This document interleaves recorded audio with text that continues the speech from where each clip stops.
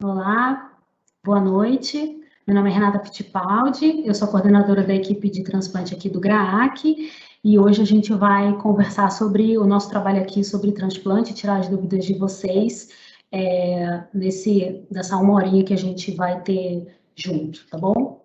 Eu vou compartilhar aqui minha tela, um minutinho.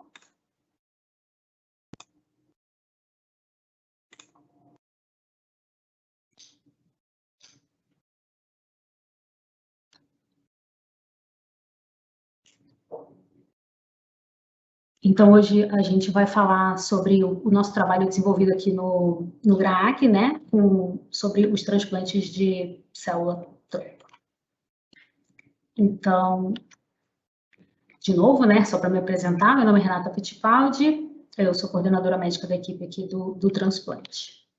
Então, o que a gente está na nossa agenda de programado para a gente falar sobre hoje é falar um pouco da história do transplante e o que a gente faz aqui no GRAAC. O que é o transplante, que é uma pergunta que todo mundo pode estar se fazendo. Quais são as fontes de células que eu uso para fazer o transplante? Quais são os tipos de transplante que a gente consegue fazer? As indicações e seus efeitos colaterais. Uma dúvida muito comum nesse momento é sobre a vacinação, né? Nesse tempo de pandemia da Covid-19. E a gente depois vai para as perguntas de vocês. Então, começando com a história, né? Então, o transplante, ele é um procedimento que surgiu na década de 50, né? Então, os primeiros relatos começam na década de 50 e a gente vê que em 50 anos a gente evoluiu bastante em relação ao que a gente consegue fazer em termos de manipulação de célula, né? Então, começou com o transplante entre gêmeos, né? E depois a gente foi evoluindo para transplante entre irmãos, depois o transplante autólogo, né? A gente vai ver aqui que na década de 90 a gente tem um boom, né, do transplante autólogo, principalmente por conta do câncer de mama, e a parte da oncologia foi crescendo junto com o desenvolvimento do transplante, né? Então a gente foi ajustando o que a gente conseguia de conhecimento com o que a gente conseguia de manipulação do enxerto e o que a gente consegue fazer para isso dar certo, né? Que a nossa ideia é que dê certo, né? Então a gente hoje consegue fazer o transplante que a gente chama de autólogo, que é quando é da pessoa, e o halogênico quando é de outra pessoa, e a gente vai entrar nesses detalhes mais tarde. Então, no mundo, né, o transplante autólogo ainda é o transplante que a gente mais faz, né? Então, a gente tem uma doença do adulto que tem muita indicação de fazer isso, então ele sempre vai dominar. Isso é um registro internacional que conta todos os transplantes feitos no mundo, dos grandes centros que alimentam esse banco de dados, e o GRAAC é um desses centros que alimenta esse banco de dados sobre os transplantes, né? Então, a gente vai ver que o autólogo é bastante, você vai ver que no mundo inteiro mais de 14 mil, né? Então, qual é a história do GRAAC, né? Então, a unidade de transplante do GRAAC tem um pouco mais de 20 anos, a gente já realizou mais de 860 transplantes, as atividades começaram em maio de 1999, começando inicialmente com 6 leitos, né? Em 2018, a gente consegue a expansão e dobra o número de leitos para 12. Né? A gente é um centro de referência tanto no Brasil quanto na América Latina, né, em países em que o transplante não é disponível. Então, em termos de população, né, 20%, 20 a 30% dos pacientes transplantados no GRAAC são da própria instituição e 80%, até 80% dos pacientes vêm referenciados de outros centros de São Paulo ou outros centros dos estados brasileiros, tá? Então, a gente é um centro que recebe pacientes do Brasil todo e também de países vizinhos, como Bolívia, Paraguai, Argentina. A gente é um centro habilitado em todos os 3 tipos de transplante que a gente pode fazer, que é contemplado, né? Então, vai por grau de complexidade. A gente faz o transplante autólogo, a gente faz o transplante halogênico aparentado e a gente também faz transplante halogênico não aparentado. Então, para fazer isso, a gente precisa de uma estrutura, né? Então, qual é a estrutura que a gente tem hoje no GRAAC? A gente tem uma enfermaria, essa é uma foto de metade dela, né? Então, são 12 leitos, contando com 2 isolamentos. Nessa enfermaria, a gente tem um controle de entrada restrita, vocês podem ver que tem um controle digital, tá bom? Então, a gente tem uma circulação restrita de pessoas, a gente tem uma equipe especializada e a gente tem um ambiente controlado. Então, eu tenho um filtro EPA, que filtra as partículas de ar, e também a gente tem um filtro da água para fazer com que essa água chegue de maneira limpa para os nossos pacientes no momento em que eles estão internados e sem nenhuma defesa. Nesse momento da pandemia, né, além de todas as medidas que a gente normalmente toma, a gente teve que implementar algumas outras estratégias para conseguir fazer com segurança o transplante dos doentes.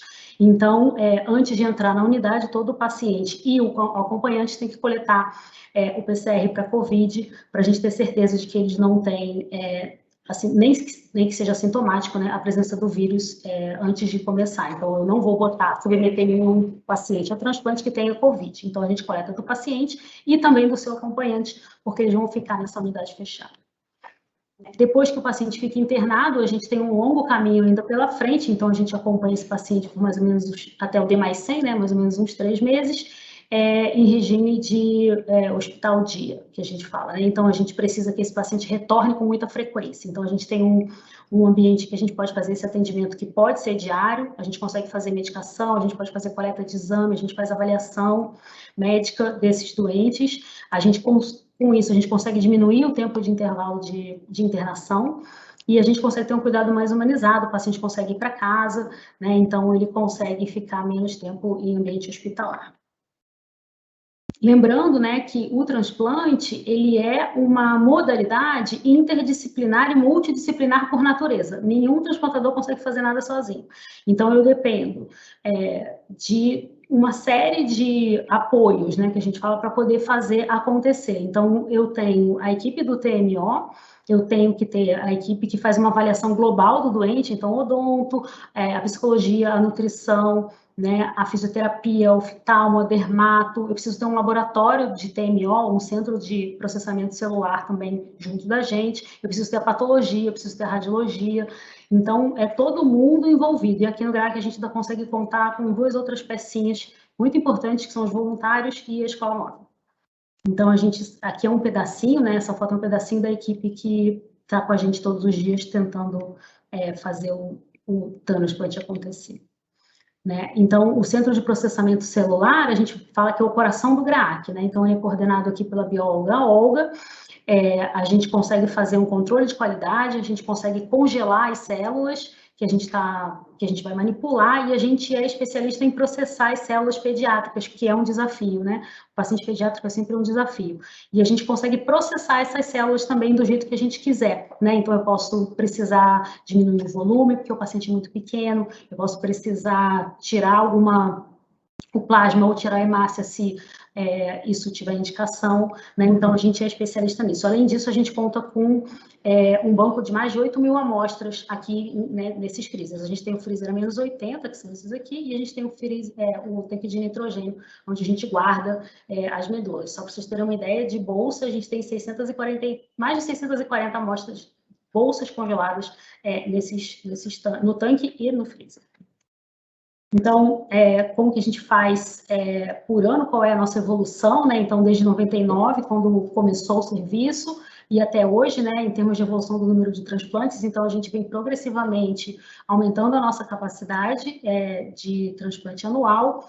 Em 2019, a gente chegou a fazer 85 transplantes, e a gente esperava que esse número fosse se manter em 2020 e 2021, só que nós tivemos um pequeno problema, que foi a pandemia, e que com isso a gente teve uma diminuição de pelo menos 30% em todos os transplantes no Brasil e no mundo, por conta da pandemia e de todos os seus efeitos, né, na sociedade. Esse ano a gente está ainda sofrendo, né, os efeitos da pandemia, então a gente também ainda a gente não está funcionando na nossa capacidade máxima.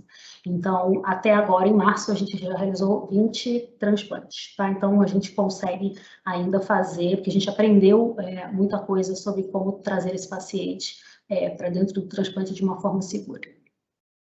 Então, o que a gente mais faz aqui no GRAAC, né? Então, para vocês verem de todas as doenças que a gente atende aqui no GRAAC, o que a gente mais transplanta? Então, as leucemias e linfomas são os carros-chefes, né? Os tumores do sistema nervoso central e neuroblastoma aqui na instituição, eles aparecem como tumores que a gente faz muito por conta da referência, né? O GRAAC é referência. A gente faz aplasia também, a gente fala que a aplasia é uma emergência, então o paciente que tem aplasia, ele precisa ser transplantado o mais rápido possível no centro que mais rápido consegue recebê-lo. Então, a gente consegue fazer com que isso aconteça e a gente faz esse tipo de transplante aqui também. Então, de maio de 1999 até março desse ano, então eu fechei, assim, de 31 de março, a gente completou 880 transplantes. E aí eu vou botar que são 829, eu falo, mas como assim, né? Então, tem paciente que faz mais de um transplante, tem paciente que faz 3, tem paciente que faz 2, tá? Então, por isso que não são, o número de pacientes não é igual ao número de transplantes. Então, desses 880 transplantes, a gente fez 417 autólogos, ou seja, menos da metade. Diferente do gráfico que eu mostrei, né, em que normalmente o autólogo é muito maior, aqui no gráfico também era. E isso se deu muito pela pandemia desse ano e meio que a gente está vivendo aí, que a gente teve que diminuir um pouco o número de transplantes, principalmente do paciente que faz transplante autólogo, tá? Então, a gente está com 47% de pacientes fazendo transplante autólogo e 53% fazendo dos alogênicos. Os alogênicos são aqueles em que a gente usa um outro doador que não o próprio paciente, né? Então, a gente aqui faz todos os tipos, né? Então, a gente tem os aparentados, os haploidênticos, que são mais recentes, e os não aparentados também. Então, a gente faz muito mais aparentado do que as outras duas modalidades, mas isso é uma realidade que provavelmente vai mudar nos próximos anos.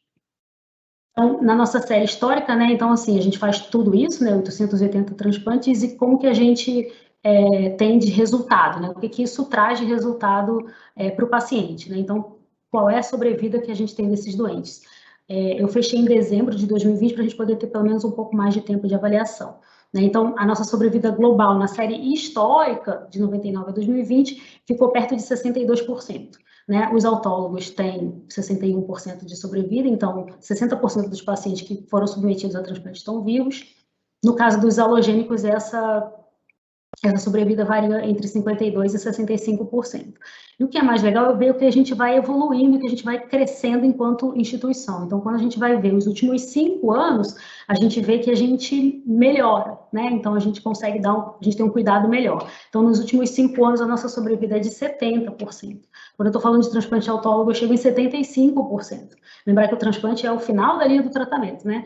Então, os transplantes halogênicos aparentados, quase igual ao autólogo, né? 73%, os haplos ficando junto com os não aparentados. Então, a gente vê que a gente consegue melhorar, né, o nosso trabalho com o desenvolvimento de pesquisa, né, no desenvolvimento de pessoas, então a gente consegue melhorar o nosso trabalho.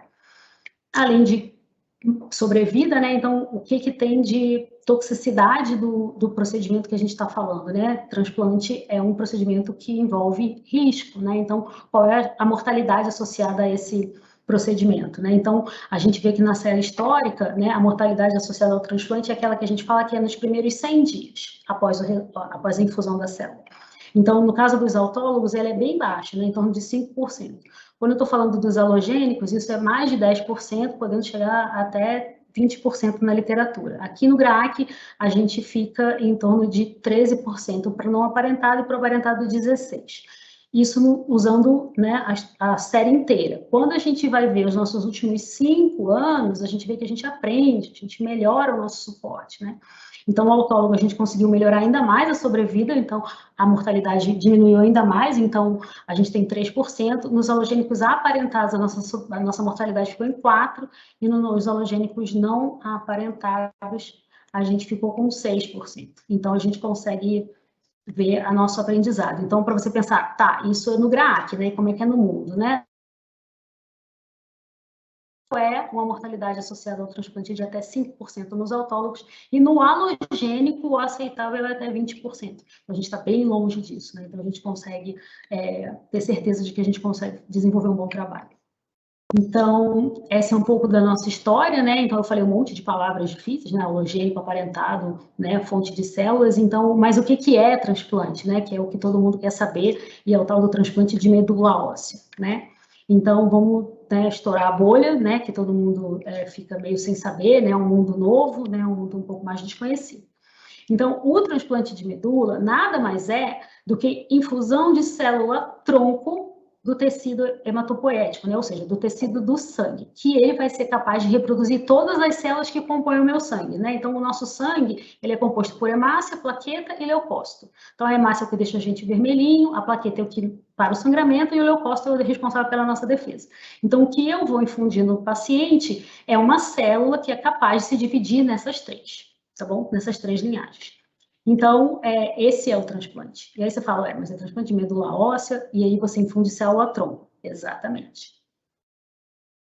Quem é essa célula-tronco? É exatamente esse desenho. A gente coloca, né, exemplos de desenhos para ficar um pouco mais simples para a gente poder entender. Então, a célula que a gente está procurando para transplantar é essa célula aqui, tá? Que a gente consegue marcar ela na hora que a gente procura, né? A gente procura por ela e ela tem um marcador específico para eu saber se eu estou realmente infundindo essa célula. Então, essa célula que a gente chama de célula progenitora, ela é capaz de desenvolver todas as células responsáveis pela minha defesa, que são todas essas células aqui, toda a plaqueta e também as hemácias, que é o que deixa a gente coradinho. Então, qual é o objetivo, né? Por que eu estou fazendo tudo isso, né? Então, a infusão dessas células, o objetivo dela é substituir uma medula óssea, seja ela porque ela foi destruída por conta de quimioterapia, seja porque é uma medula doente e eu preciso dar uma medula nova, uma medula saudável. Então, no caso das leucemias, nas aplasias e das imunodeficiências. Então, o meu objetivo primordial é restabelecer a função medular, tá bom? E aí, transplante de medula, transplante de célula-tronco hematopoética, o que é isso tudo, né? Que é uma novidade para a gente falar de transplante de célula-tronco hematopoética. Todo mundo conhece como transplante de medula. E por que a gente conhece como transplante de medula? É porque a gente tem várias fontes que a gente pode fazer o transplante. E ele é conhecido como medula porque a medula foi o primeiro lugar em que a gente começou a fazer o transplante. Então, a gente usa a célula-tronco que está dentro da medula desde 1963. O sangue periférico, a gente foi aprender que a gente também pode achar essa célula nele já na década de 80. E o cordão um pouco mais, já quase na década de 90. Então, por isso que a gente fala de transplante de célula-tronco hematopoética, é o nome mais correto, mas que ao longo da história, o TMO, né, o transplante de medula óssea, é o mais conhecido, porque foi a primeira fonte de células que a gente achou, foi o primeiro lugar que a gente foi. Então, é por isso que a gente fala que é transplante de medula, tá? Transplante de célula-tronco, e a gente usa TMO porque ficou enraizado desse jeito e é simples da gente falar, né? Então, TMO é uma sigla que dá. Agora, TCTH não dá, né? Então, a gente não usa, tá? Então, só para vocês saberem que a gente vê. Então, e porque também na pediatria, o principal, mesmo tendo todas essas fontes, a principal fonte que a gente usa ainda hoje em dia é a medula óssea. Então, quando você vai ver aqui essas barrinhas em azul, é medula óssea, e a verdinha é sangue periférico, tá? Então, você vai ver que nos pacientes menores de 18 anos, que é a população pediátrica, no mundo inteiro, a gente usa muito mais a medula. Então, para a gente é muito mais TMO mesmo, mas a gente pode usar outros tipos de célula, tá? Então, na medula óssea, aonde? Né? Aonde que é a medula óssea? A medula óssea é o que a gente chama de tutano do boi. É o que fica dentro dos ossos. Então, na criança, assim, nos ossos dos ossos longos, né? E nos ossos da bacia, dos ossos chatos, crânio e bacia. E nos adultos, a gente vai diminuindo essa capacidade, né? O tutano vai substituindo por gordura. Então, a gente já vê que nos adultos é mais na região do quadril e um pouco nas diáfises dos ossos longos. Então, é aqui no arcabouço ósseo em que a gente vai encontrar aquela célula primordial capaz de desenvolver todas as células sanguíneas, né? Então, é lá que a gente vai achar e é lá que a gente vai atrás dessa célula. Essa célula primordial, ela fica aqui dentro dessas trabéculas ósseas aqui, descansando e evoluindo, tá? Como que a gente faz a coleta de medula óssea? Ela acontece dentro do centro cirúrgico e a gente vai dentro do osso, né? Então, a gente vai por punção, então a gente faz um furinho em cada lado do quadril. Esse aqui é um paciente deitado, um doador, de bumbum para cima, tá? Então, a gente vai com uma agulha, fazer um furinho de cada lado e vou dentro do osso aspirar. Esse material que a gente está vendo aqui é o que a gente chama de medula óssea e é aqui que estão as células que vão ser usadas para o transplante. Então, a gente faz múltiplas aspirações até a gente chegar num volume adequado, né? Então, a gente vai transferindo para essa bolsa, depois a gente vai filtrar isso daí para tirar um pouco da gordura, um pouco de osso que pode vir, né? Então, a gente filtra isso daqui para virar a nossa bolsa primordial, que é uma bolsa que tem a célula CD34, que parece muito uma bolsa de sangue normal, porque a medula óssea nada mais é do que sangue, com uma capacidade especial. Tá bom? Então, esse aqui é o nosso maior objetivo na hora da coleta. Uma medula de sangue bem vermelha. uma outra fonte de medula de célula-tronco é o sangue periférico. Então, a gente aprendeu que a gente consegue fazer com que essa célula que mora dentro da medula óssea consiga circular no corpo da gente. E uma vez que eu consiga fazer ela circular, a gente consegue desenvolver uma máquina que é capaz de captar essa célula e separar ela do resto. Então, é o que a gente chama de aférese. Então, é uma coleta por aférese. Então, primeiro eu preciso tirar a célula que está dormindo na medula e jogar ela para o sangue periférico. Como que a gente faz isso? Para o paciente oncológico, a gente faz quimioterapia e depois a gente estimula a medula ele com fatores de crescimento, tá? Então, com o que a gente chama de granuloquímio. E um doador que vai fazer a doação de célula de sangue periférico, ele faz o mesmo processo, só não faz a quimioterapia, mas a gente estimula a medula dele a liberar essa célula para o sangue periférico. Então, a gente conecta, né, o paciente ou o doador nessa máquina, que ela é capaz de fazer. Então, a gente programa qual é a célula que eu quero que ela separe. Então, pode ser um paciente ou pode ser um doador. No nosso caso, em geral, são crianças pitiquinhas, né? Então, a gente coloca os bebês para rodar o sangue na máquina e ela é capaz de separar a célula que me interessa. Então, cada célula tem um peso específico, a gente consegue separar por peso essa célula e ela vai parar aqui. Então, essa aqui é a bolsinha que me interessa e o resto do sangue volta de novo para o paciente ou para o doador, tá? Então, a gente separa somente as células CD34 positivas.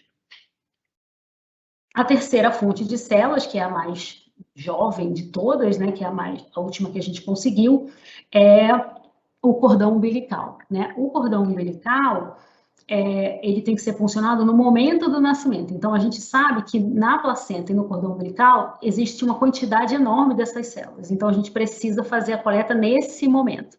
Então, a gente funciona a veia no momento do nascimento e deixa, por gravidade, encher a bolsinha. E essa bolsa, depois, ela vai ser congelada no tanque de nitrogênio que a gente mostrou para vocês. Então, ela fica desse tamaniquinho, tá? Desse piquitiquinho. Então, a gente congela ela até o momento dela ser utilizada, tá? Então, eu tenho esses 3 tipos de fonte de célula e o que eu posso fazer com esses 3 tipos de célula, né? Então, eu tenho a medula óssea, eu tenho o sangue periférico, eu tenho o cordão, e o que significa isso e o que eu faço? Então, quais são os tipos de transplante que a gente consegue fazer, né? Então, o autólogo, né? Então, autólogo significa que é do próprio paciente, e a gente tem o alogênico, que a gente usa um doador outro, terceiro, que não o paciente. Pode ser tanto da família quanto um paciente do banco, tá? Então, eu vou um por um agora. Então, o paciente, quando precisa de um transplante autólogo, principalmente nos casos de tumores sólidos, a gente vai precisar coletar essas células desse paciente, né? Então, por que a gente faz isso? Porque a gente sabe que a nossa medula é super sensível à quimioterapia. E, às vezes, o tumor ele tem uma resistência à quimioterapia. Então, eu preciso aumentar muito a dose da quimioterapia para eu poder matar o tumor. Só que, consequentemente, a minha medula vai sofrer. Então, eu preciso resolver esse problema de como fazer um aumento da quimioterapia e resolver o problema da minha medula, que não aguenta tanta quimioterapia. Então, o que a gente faz? A gente coleta as células desse paciente antes dele ser submetido a essa superquimioterapia. Então, aqui eu tenho um paciente, eu estimulo ele, lembra? A gente estimula e eu coleto as células. Eu posso coletar tanto as células da medula quanto as células do sangue periférico. Só que a coleta das células do sangue periférico é um processo mais simples, né? A gente consegue fazer em ambiente ambulatorial, não precisa sedar, não precisa ir para o centro cirúrgico. Então, a gente acaba usando essa célula mais preferencialmente para transplante autólogo, tá? Então, a gente faz a coleta dessas células e congela. Lembra? Eu falei que a gente precisa de um laboratório, eu preciso de alguém que congele bem essas células até a hora do paciente realmente vir para o transplante, porque ele coleta as células, depois é que a gente vai entrar com ele para o transplante. O transplante nada mais é do que uma quimioterapia em alta dose e que depois eu vou no D0, que a gente chama, né, reinfundir essa célula que eu coletei e deixei congelada, tá? Então, essa quimioterapia vai fazer com que o paciente fique sem nenhuma defesa, o que a gente chama de período de aplasia, né? Então, ele vai ficar sem hemácia, ele vai ficar sem plaqueta, ele vai ficar sem nenhuma defesa. E esse período, ele vai variar de acordo com o tipo de célula que eu coloquei. Então, a gente brinca que tem células que ela é um pouquinho mais jovem, ou ela é um pouquinho mais velha, ela é um pouco mais esperta. Então, a célula do sangue periférico, ela é uma célula mais esperta, então a gente fala que ela funciona melhor. Então, a gente fala que o paciente vai pegar a medula, que é um outro momento, né, esperado do transplante, que a gente fala que é a pega da medula, é quando o hemograma começa a subir, né, e a gente vê a função medular sendo restabelecida. Isso acontece mais ou menos em torno de 14 dias depois da infusão dessa célula. E a célula da medula óssea, ela demora um pouquinho mais, tá? Então, 21 dias para poder pegar. Então, a gente fala que, dependendo da fonte, eu demoro de 14 a 21 dias para fazer a pega da medula, tá bom? Lembrando que a gente usou a célula do próprio paciente. Então, aqui, na verdade, o que eu estou fazendo é uma quimioterapia em alta dose para tentar acabar com um tumor ou um câncer que está fora da medula, em geral, tá? Então, seja ele no sistema nervoso central, seja ele um retinoblastoma, que é um tumor no olho, né? Seja um linfoma, então a gente consegue o transplante dessa outra forma, né? Então, é uma quimioterapia seguida de infusão de célula-tronco para eu recuperar mais rápido o meu paciente, tá bom? Então, o transplante autólogo, ele é usado para isso, para recuperar a célula, a medula, mais rápido depois de eu fazer essas altas doses de quimioterapia. Então, é para isso que ele serve. Então, ele é o tratamento. Então, a ideia dele é fazer recuperação medular. No caso do transplante alogênico, né, então a gente pode fazer o transplante alogênico, o aparentado, né? E aí dentro do aparentado, a gente pode ter um irmão, que a gente fala que é 100% compatível. A gente tem o que a gente chama de singênico, que é uma coisa bem específica, que são irmãos gêmeos. E a gente tem agora, o que a gente tem falado bastante, que está, nesses últimos anos a gente vem desenvolvendo, é o transplante que a gente chama de haploidêntico. O haploidêntico, ele é 50% compatível. Tá bom? Então, é uma modalidade diferente de transplante, mas ele é um transplante aparentado, tá bom? Então, é a mãe, é o pai ou é um próprio irmão, e eu vou explicar por quê. No não aparentado, a gente vai precisar de banco, né? Então, eu tô falando de um doador que não faz parte da família do doente. Então, eu preciso que esteja cadastrado em algum lugar para eu poder procurar esse doador, né? Então, a gente tem os registros de doadores de medula, né? A gente tem o brasileiro, tem o americano, tem o alemão, tem os bancos de todos os países. E aí a gente vai procurar um doador não aparentado. Quando a gente fala de compatibilidade do doador não aparentado, e eu vou explicar para vocês o que é 9 em 10, o que é 10 em 10, que vocês ouvem muito falar, é o máximo que eu tolero de diferença. Então, ou o doador é igualzinho, 100% compatível, ou ele é no máximo 9 em 10, ou seja, tem uma só diferença. Outro lugar que a gente tem outro banco, como a gente já mostrou nas células, é o banco de cordão umbilical, tá bom? Que a gente tem um monte de banco de cordão que foram coletados no momento do nascimento e ficam guardados, e essa informação também fica disponível, tá bom? E aí a pergunta né, tá, eu vou procurar esse doador, como é que eu vou procurar esse doador no caso da gente estar falando de transplante alogênico, né? Então, muita gente acha que a gente precisaria ter um doador que fosse com a tipagem sanguínea igual, como é, por exemplo, no transplante de órgão sólido. Isso não é verdade, tá? Então, para a gente, não importa tanto a tipagem do sangue, se ele é A, se ele é B ou se ele é O, tá bom? O que importa para a gente no transplante é o que a gente chama de tipagem HLA. Aí você vai falar, mas o que seria o HLA?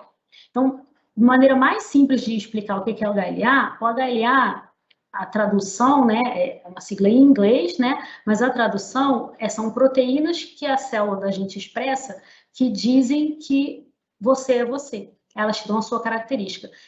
Basicamente, seria como se fosse um código de barra da célula. Então, quando a gente passa o código de barra, ele consegue identificar o que é, né? Se eu passo uma maçã, ele sabe que aquilo é uma maçã. Né? Como se eu estivesse na vaca. Eu vou passar a vaquinha, ele vai dizer que é a vaca. Eu vou passar você, ele vai dizer que é você. Então, é como se fosse um código de barra. Então, é uma maneira de você identificar as células, tá? Então, o que acontece com o código de barra, né? Então, a gente tem células no nosso corpo que são capazes de ler esse código. Então, a gente tem células que têm esse leitor, tá? E essas células a gente chama de linfócitos. Os linfócitos são os nossos grandes defensores, tá? Então, eles são as células que são capazes de reconhecer. Por que isso? Eu preciso reconhecer o que é meu, do meu corpo, e o que não é meu. Seja ele infecção, ou seja ele uma célula estranha. Então, o linfócito T é o nosso guardião, e ele vem com essa maquininha de leitura de código de barra. Então, quando ele vê umas células que não têm o mesmo HLA que você, ele vai atacar. Então, ele vem na célula, ele consegue, com o código de barra dele, entender que essa célula não é você. E aí vai lá e ataca. Seja porque ela está infectada por um vírus, por exemplo, pelo coronavírus, seja ela uma célula que a gente chama de invasora. Pode ser uma célula tumoral ou pode ser a célula do meu doador. Ela não pode ser diferente. Então, ele também tem essa característica. Então, a gente tem esse olhar pelo HLA, porque é ele que vai definir se eu consigo ou não consigo usar o doador. Se eu consigo ou não passar pelo crivo da leitura do código de barra. Então, não sei se ficou claro para a gente entender. Então, toda vez que ele tem uma célula anormal, ele consegue identificar. Então, essa é a função do HLA. Então, da onde que vem o HLA? Né? O HLA, a gente é composto, né, de material genético, metade da mãe e metade do pai, todo mundo, né? E a gente tem 2 pares de cromossomos sempre, né? Então, que a gente chama de 2 haplótipos, tá? Então, coloquei por cor para ver se fica um pouco mais fácil, né? Então, a gente tem a mãe, ela também tem metade do código, né, do código que ela recebeu da mãe e do pai dela, né, dos avós das crianças, no caso, e o pai é a mesma coisa. Quando a gente, né, vai ser gerado como filho, a gente vai receber metade da mãe e metade do pai. Então, a gente pode receber isso de 4 combinações possíveis, né? Então, cada filho vai receber metade. Então, quando a gente está pensando, por exemplo, que esse aqui é o meu paciente, né? Então, ele tem 25% de chance de achar um irmão que tenha recebido os mesmos pedaços que o da mãe e o mesmo pedaço do pai. Ou então ele pode ter recebido pedaços totalmente diferentes. Então ele é o azul, o vermelho da mãe e o azul do pai.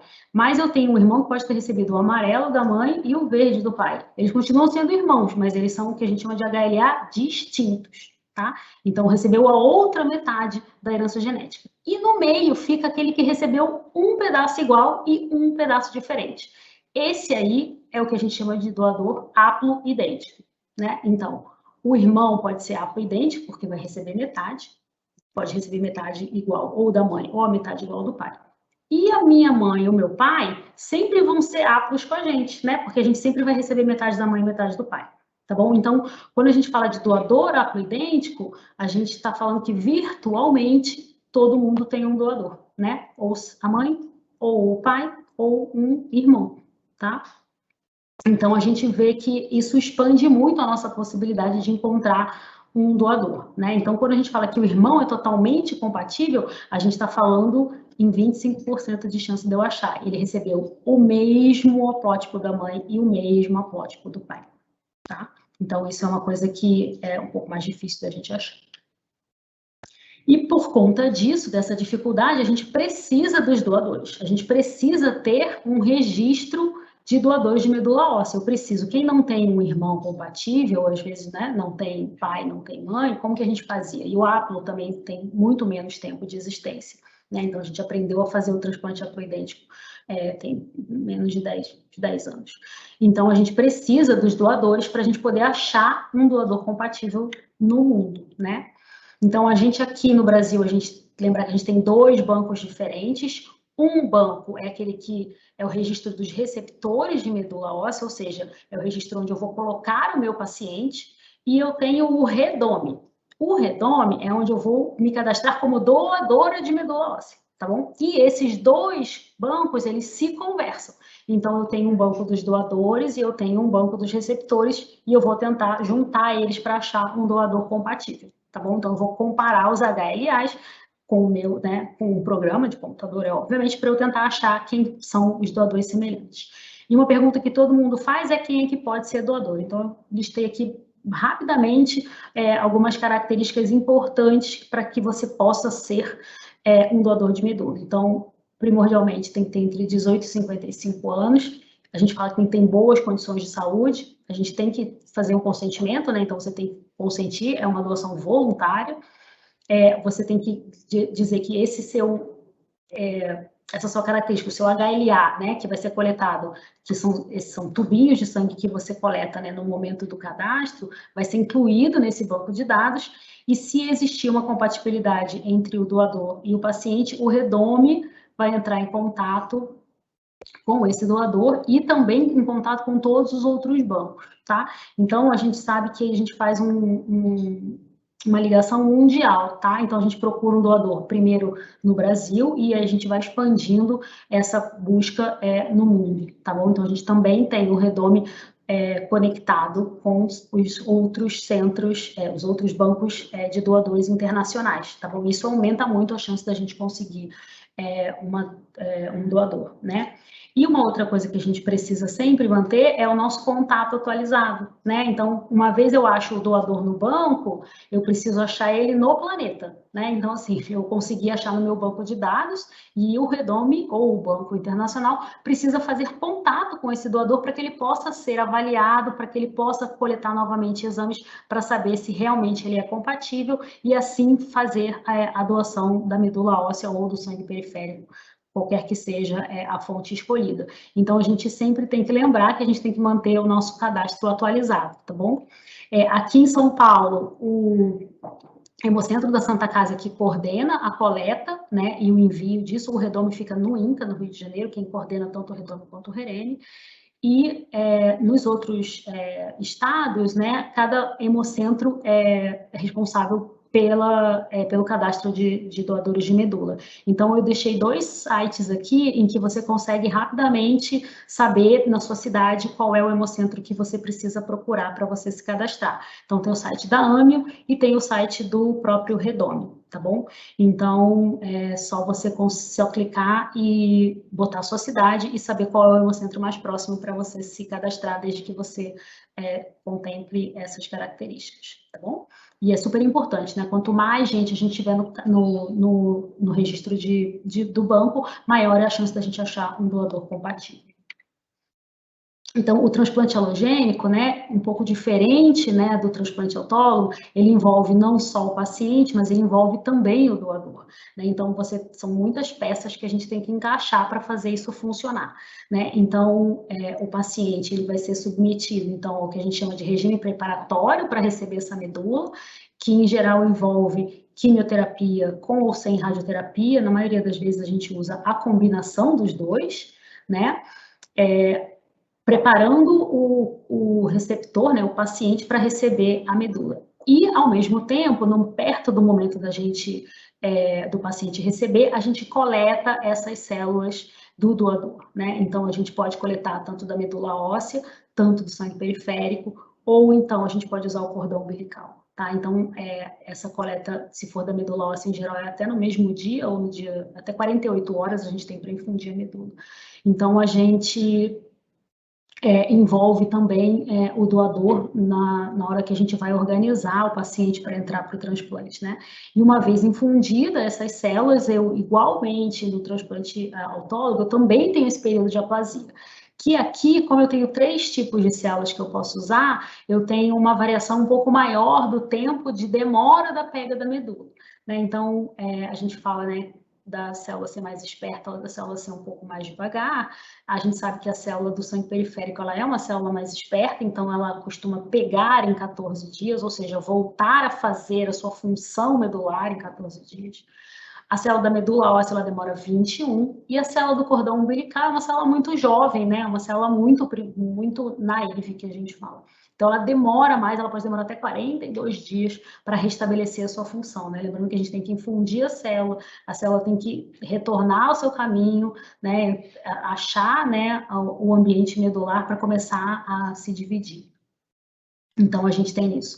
E no transplante alogênico, né, lembrando que eu estou falando de uma medula diferente né, de outra pessoa, por mais que ela seja muito parecida, no caso do transplante que é 100% igual, eu estou falando também de um transplante que pode ser metade igual. Então, eu preciso modular essa medula nova para que isso consiga acontecer. E a gente usa o que a gente chama das drogas imunossupressoras no pós-infusão da medula, para que a gente consiga controlar essa célula e essa função do linfócito. Lembra? Com o código de barras dele, com o leitor, que ele não consiga ler tão primordialmente, tão facilmente, e identificar que ele está num corpo que não pertence a ele. Né? Então, a gente usa de imunossupressores para a gente fazer com que esse linfócito fique um pouquinho mais brando, ou seja, com o seu leitor de código de base um pouquinho errado. Então, assim, por isso que a gente fala que o paciente imunossuprimido, ele tem muito risco infeccioso, porque se eu não consigo fazer a leitura correta do código de barras, eu não leio se a célula sou eu ou não, mas eu também não leio se eu tenho uma infecção ou não. Então, eu tenho muito mais suscetibilidade à infecção. Então, por isso que a gente fala que o paciente, quando está no pós-transplante, mesmo que ele tenha um hemograma normal, e ele está usando esses remédios, ele não tem uma função muito boa, porque o meu aparelho de código de barra está embolado, está com um pouco de defeito, então ele não sabe identificar direito essas infecções, tá? Então é um paciente que precisa de um cuidado maior, tá? Então é um paciente que fica 3 meses usando esse tipo de medicação, e é o que a gente fica de olho maior nesse paciente depois que ele tem a pega da medula, tá? E em geral, isso geralmente pergunta, né, o que é a pega da medula e como que a gente sabe que a medula pegou, né? Então, a pega da medula é simplesmente a medula voltar a funcionar. Como que eu faço isso? Vendo isso, eu vejo isso no hemograma, né? A medula não produz a hemácia, a plaqueta e o leucócito, o hemograma me dá esses dados. Então, a gente coleta o hemograma e vai vendo que, chegando perto do momento que a gente espera que a medula funcione, então lá para o D12, 13, se a gente estiver falando de sangue periférico, a gente vê que as células vão começando a aparecer, então os leucócitos vão começando a subir. Então, a gente vê que vai de 10, 30, que é o que fica normalmente, né? Os leucócitos vão subindo a 100, a 200, a 300, a 400 e vão subindo. E aí, a gente vendo que isso vai vendo a restabelecimento da função medular. Para dizer que a medula pegou, não são tanto os leucócitos que me importam, e sim os neutrófilos. São as células que são as primeiras a combater as infecções bacterianas. Então, os neutrófilos, eles precisam estar acima de 500 durante 3 dias consecutivos. E isso a gente fala que a medula pegou. E a gente vê isso no hemograma, tá bom? Então, a gente espera esses 3 dias e aí a gente diz que o paciente pegou a medula, que é o primeiro passo para ele poder ir embora para casa depois da internação, tá? Então, em geral, é um processo de ver que a medula pegou bem simples, até pelo simples hemograma, tá? Que é uma pergunta que normalmente fazem. Então, o que é o transplante alogênico? Assim, tentando resumir de um jeito muito, muito simples, o objetivo que ele tem é substituir uma medula doente ou ineficaz. E, além disso, ele também tem um efeito contra o tumor, né? Então, ou seja, contra leucemias, contra o linfoma, né? E eu faço isso acontecer usando a medula de um doador compatível, seja ele 100%, seja ele 50%. Tá? Então, a gente tem essa outra função, além de restabelecer a função medular, eu também tenho um efeito contra o câncer que a gente está tentando combater, tá? Então, esses são os tipos de transplante que a gente faz, né? Então, dentro das indicações que a gente já viu bastante, né? E os efeitos colaterais, né? Então, assim, a gente tem uma gama de indicações para fazer o transplante de medula, né? Então, aqui a gente é um centro oncológico, né? Então, obviamente, a gente foca nas neoplasias, né? Então, as leucemias são os carro-chefes, a gente não pode esquecer dos linfomas e os tumores sólidos, que são os que a gente usa, o que a gente mais transplanta aqui, que é o neuroblastoma, os tumores do sistema nervoso central, e os retinos, tá? Então, aqui a gente no GRAC se foca nesses. Mas a gente tem que lembrar que existem as doenças que não são neoplasias, são doenças que não são câncer. Então, a gente tem as imunodeficiências, a gente tem as aplasias de medula, que é uma falência medular, a gente tem anemia falciforme, a gente tem anemia de Fanconi. Então, a gente tem outras doenças que não câncer, que também precisam de substituição da medula. tá? Então, não é o tipo de transplante que a gente faz aqui no GRAC, a não ser as aplasias, tá? Então, são os defeitos adquiridos ou genéticos de produção mesmo medular, tá bom? Então, a gente sabe que o transplante, ele tem todas essas muitas indicações, tá? Então, para vocês verem que não é muito diferente do mundo, né? Então, lembrando que isso aqui é uma doença de adulto, mieloma não tem na criança, mas quando a gente vai olhar, né, as principais indicações no mundo são para transplante alogênico são as leucemias, tá?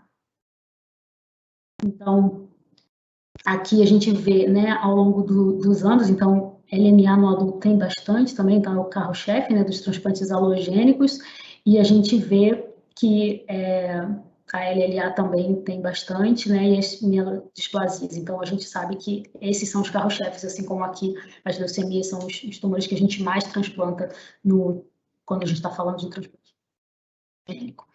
Esse gráfico é bem interessante porque ele vai mostrar que tipo de célula que eu uso, tá? Não se importem com esses nomes em inglês, tá? Mas são as células que eu uso. Então, ou eu posso usar um sangue de cordão, ou eu posso usar um doador que seja compatível, seja que esse aqui é o irmão, ou então eu tenho esse outro aqui, ó. Esse outro verdinho é o que a gente fala de transplante haploidêntico. Lembra que eu falei que é um transplante muito novo? Então, você vai ver que ele vai começar a subir aqui, ó, de 2013.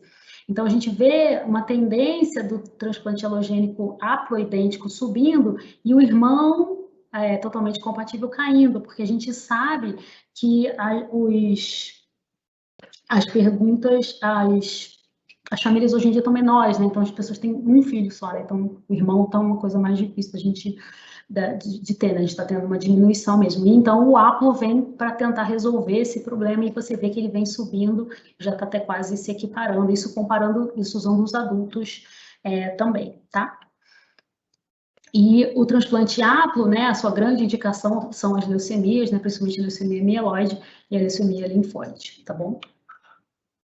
E é claro que isso é um tratamento que exige um esforço muito grande, né? Então, lembrar que é um paciente que já foi submetido a um tratamento quimioterápico antes, né? E provavelmente não deu certo, e por isso ele vai transplantar, né? Então, seja ele por tumores sólidos, seja ele por leucemias e linfomas. Então, a gente lembrar que a gente tem um efeito colateral importante e tóxico do tratamento em que a gente vai tentar manejar isso dentro da internação, né? Então, primordialmente, né, o que acontece? Né, que a gente sempre fala, a parte do trato digestivo, ela sofre muito, né? Então, as células que se dividem muito rápido são as que mais sofrem. Então, por isso que nossos pacientes não têm cabelo, né? O cabelo cresce muito rápido, então ele cai, né? Então, a quimioterapia consegue pegar ele.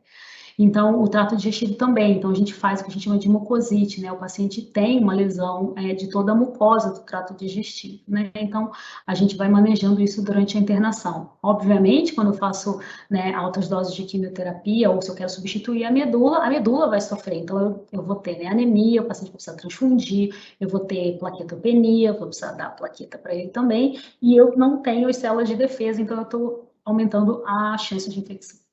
Obviamente, eu vou usar todos os órgãos do corpo, né? Então a gente fala que o paciente precisa ser avaliado globalmente, porque o coração, o rim e a bexiga também vão ter que trabalhar 100% do tempo, né? Então, para metabolizar todas essas drogas, esses medicamentos que a gente está usando, né?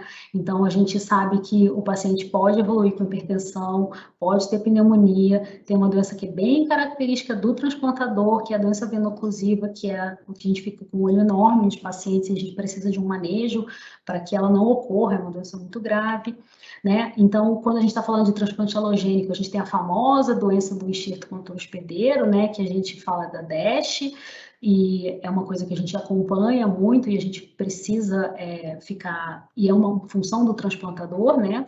Fazer o manejo da doença do enxerto. E uma outra coisa é a perda da memória imunológica, né? Previamente ao transplante. Então, a gente fala que tudo que o paciente fez até aquele momento, a gente briga, a gente zera, igual quando a gente dá o reboot no computador, né? Então a gente zera o HD. Então, o paciente ele vai ter que fazer todo o seu calendário vacinal. Isso nos pacientes menores não tem muito impacto, mas quando você vai falar isso para um adolescente, eles realmente ficam um pouco chateados com a gente em saber que eles vão ter que revacinar tudo, né? Então, toda aquela caderneta de vacinação de bebê, a gente tem que pedir para a mãe guardar, porque não serve mais de nada, tá? Então, a gente tem um sistema imunológico totalmente novo, tá? E lembrar que eles estão mais suscetíveis à infecção as infecções virais, tá? Então, a gente sabe que são pacientes que a gente precisa ficar de olho, tá? Voltou, né? Falando então de vacinação, que é uma coisa que a gente precisa lembrar que o paciente vai ter que fazer todas as suas vacinações novamente, né? Então, a gente está, né, no momento de discussão de vacina, né? Que vacina que toma, que não toma. A gente tem uma doença que pegou todo mundo de surpresa, que já está um ano e muito, né? Atrapalhando um pouco o nosso dia a dia, né? Que é o Covid-19, e a gente tem que falar de vacinação nos pacientes transplantados nesse momento, né? Então, de maneira geral, né, que eu falei, todo paciente transplantado precisa revacinar. Então, a gente começa aos poucos, né? Existem algumas contraindicações de vacina, e principalmente a polio oral, as vacinas de gotinha. A gente fala que o paciente transplantado não toma mais vacina de gotinha, tá? Em geral, a gente começa com as vacinas de vírus mortos, que a gente fala de vírus atenuados ou de partículas de vírus, né? E a gente, em geral, começa entre 3 a 6 meses depois do transplante, e isso vale tanto para o transplante autólogo quanto para o transplante alogênico, tá? Então, a gente precisa revacinar esse doente, e a gente começa, em geral, entre 3 e 6 meses. A vacinação com os vírus atenuados, a gente faz num período um pouco mais longo, né? Então, a gente espera um pouco mais para que haja uma reconstituição mesmo do sistema imune, para que ele seja capaz de responder a essa vacina, né? Então, lembrar que a gente deu uma célula nova e ela vai ter que aprender a fazer tudo de novo, né? Então, os vírus mortos a gente consegue fazer um pouco mais precoce, mas as vacinas de vírus vivos, né, que a gente chama que são os vírus vivos atenuados, a gente, em geral, libera com 18 a 24 meses do transplante. São vacinas bem específicas, né, que são a febre amarela, a vacina da sarampo, cachumba e rubéola e a vacina da varicela. Né? Essas são as vacinas que são de vírus vivos atenuados. Todas as outras vacinas são vacinas de vírus mortos, né? Ou são pedaços de vírus, incluindo o famoso, né, Covid-19. Então, as vacinas que a gente tem atualmente liberadas são vacinas de vírus atenuados. Então, a gente tem a recomendação pela Sociedade Brasileira de Transplante de medula óssea de vacinação contra a Covid-19 em pacientes transplantados, né? Então, todas as vacinas que a gente tem atualmente são desses vírus atenuados, e elas são seguras para o paciente transplantado, tá? Até onde a gente sabe, nenhum vírus não são vírus atenuados, vírus mortos, né? Então, a gente não tem nenhuma complicação. Então, lembrar que até o momento a gente só está liberado para vacinar pacientes maiores de 18 anos, que foi onde foram feitos os estudos, tá? Os pacientes pediátricos, a gente tem estudos em andamento, então os menores de 18 anos a gente ainda não tem uma determinação. Então, só para resumir um pouco, né? Então, quais são as recomendações básicas? Então, assim, os receptores, eles devem ser vacinados, tá? Com qualquer vacina disponível, tá bom? De que a gente tem. Então, aqui no Brasil, a gente tem a Coronavac, por enquanto, né? E a vacina da AstraZeneca. A Pfizer deve estar chegando também, tá? A gente pede para que pelo menos entre uma vacina e outra tenha pelo menos 2 semanas de intervalo. Então, a gente também está na época de vacinação de gripe, então lembrar que a gente precisa ter 15 dias de intervalo entre uma vacina e outra para a gente poder garantir o máximo de resposta, tá? Todos os receptores devem receber a vacina, independente dele ter ou não infecção anterior pelo Covid-19, tá? Então, a gente sabe dos casos de reinfecção, então a gente sabe que todos os pacientes devem ser vacinados, independente de terem ou não tido Covid, tá? E a recomendação atual naquelas regiões em que eu tenho uma transmissão mais acelerada, que eu acho que é o Brasil todo nesse momento, a indicação seria começar no 3º mês pós-transplante, tá? Se eu estiver numa região em que eu estou com um controle dessa transmissão do Covid-19, o recomendável era você tentar esperar até o 6º mês, pelo menos. Mas eu acho que atualmente no Brasil, não sei se em algum lugar vai ter né, do Brasil que vai ter uma situação controlada, infelizmente, tá? Então, essa, por enquanto, é a recomendação que a gente tem, não é muito para a população pediátrica, tá? Então, lembrar que tem que ser nos maiores de 18 meses e lembrar que os pacientes precisam continuar se vacinando, né? Que é uma outra coisa que a gente tem visto também, do medo de ir se vacinar por qualquer outra vacina que a gente já está acostumado.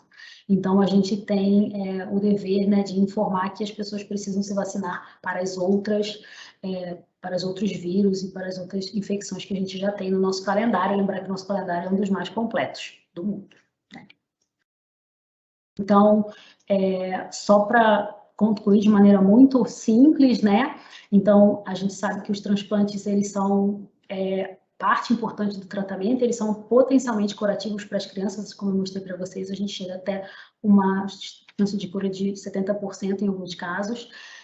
A gente lembrar que a gente pode falar de transplante autólogo, a gente pode falar de transplante alogênico, a gente precisa de uma equipe especializada e a gente precisa do doador. Então, a gente sempre estimula que as pessoas doem medula, que as pessoas façam o seu cadastro, tá bom? Então, era isso que eu tinha para falar para vocês. Eu agradeço terem ficado comigo até aqui. Tem umas perguntas aqui no chat, eu vou tentar ler aqui e vou responder.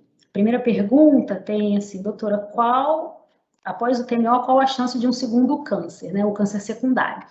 Essa porcentagem eu não tenho, mas a gente sabe que desde o momento em que a gente coloca a quimioterapia no corpo de um paciente, a gente tem chance aumentada de segunda neoplasia, tá? Então, a gente sabe que isso é uma coisa que a gente fica de olho no paciente, tá? Então, principalmente a longo prazo. Então, a gente fica muito atento a lesões de pele, principalmente a gente está no país tropical, tá? Então, assim, não tem uma porcentagem, mas a gente sabe que é maior do que na população em geral, tá? Principalmente paciente que fez transplante e que fez radioterapia, tá bom?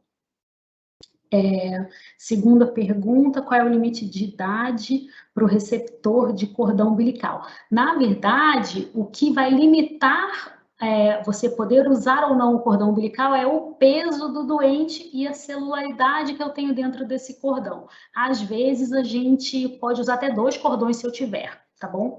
Então, a gente fala que um cordão, em geral, tem uma celularidade que atende uma criança de até 30 quilos, tá bom? Menos, um pouquinho, 20, 25 quilos, tá? Mas existem cordões que têm uma celularidade muito boa. Ou, se eu achar necessário, eu posso juntar. Os adultos fazem transplante de cordão, eles simplesmente juntam 2 cordões, tá bom? E aí, assim, eu consigo atingir a celularidade, tá?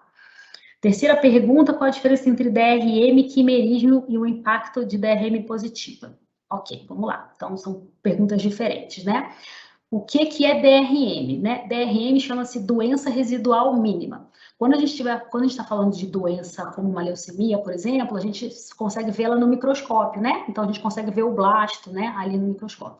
A doença residual mínima é a nossa capacidade de enxergar além do microscópio, por isso que a gente chama de mínima, né? Então, a gente consegue fazer marcadores específicos e a máquina consegue me dizer, obviamente, eu tenho que saber interpretar esse resultado para eu poder dizer qual é a doença residual. Então, a doença residual mínima é o limite que a gente tem de enxergar a doença além do olho no microscópio, tá? Então, é o mínimo de quantidade de doença que eu tenho no organismo, tá?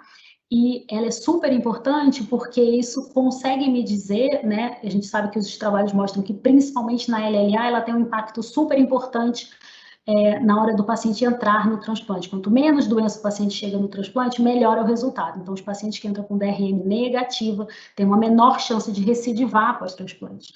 Então, é isso que a gente aprendeu com a DRM e a associação com o transplante, tá? Então, é o mínimo de doença que eu consigo enxergar.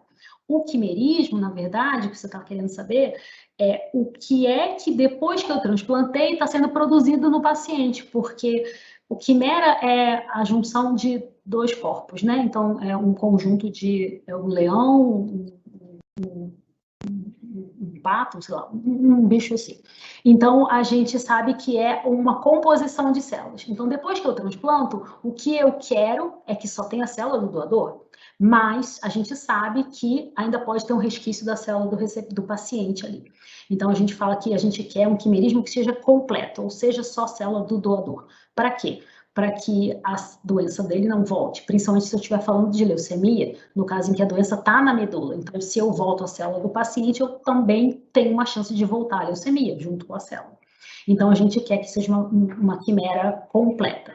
Quando a gente fala que é o quimerismo misto, a gente fala que ainda tem um pouco de célula do doador. Isso a gente faz um acompanhamento no transplante. A gente faz com 30 dias, a gente faz com 60, com 90, com 100 dias, para a gente saber como que está a evolução, né? Se já tem só o doador ou se ainda tem um resquício do paciente e se está aumentando ou se está diminuindo, para eu poder tomar algumas ações que eu posso fazer. Então, eu posso diminuir a imunossupressão, eu posso lançar mão de medicações como anticorpos monoclonais para tentar diminuir a célula do paciente que eu não quero, tá bom?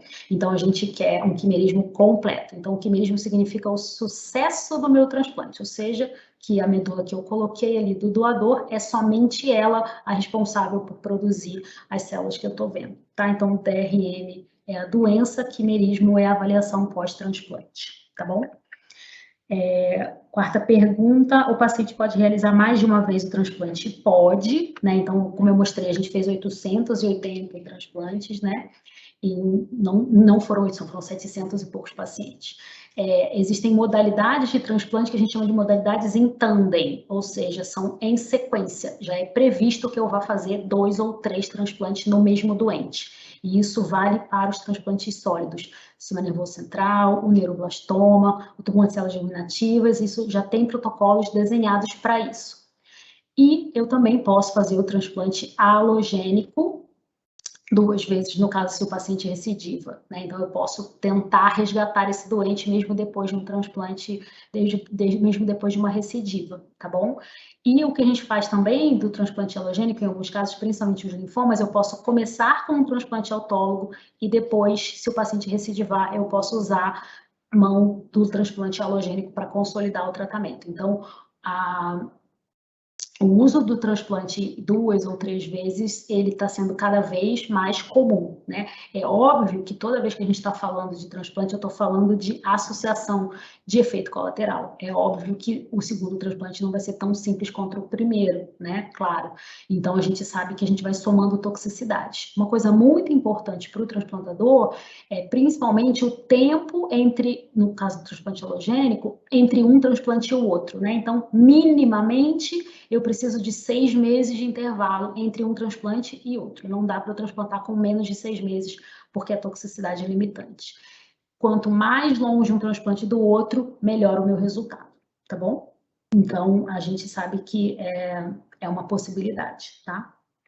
A quinta pergunta é se é possível doação haploidêntico de irmãos com algum dos pais diferentes, meio-irmãos. Sim, o que a gente precisa é que seja metade igual. Então, a gente pode ter um meio-irmão que, por acaso, recebeu a mesma metade que seja pai, por exemplo, que seja o mesmo pai. Então, a gente sabe, a chance dele ser totalmente diferente é maior, né?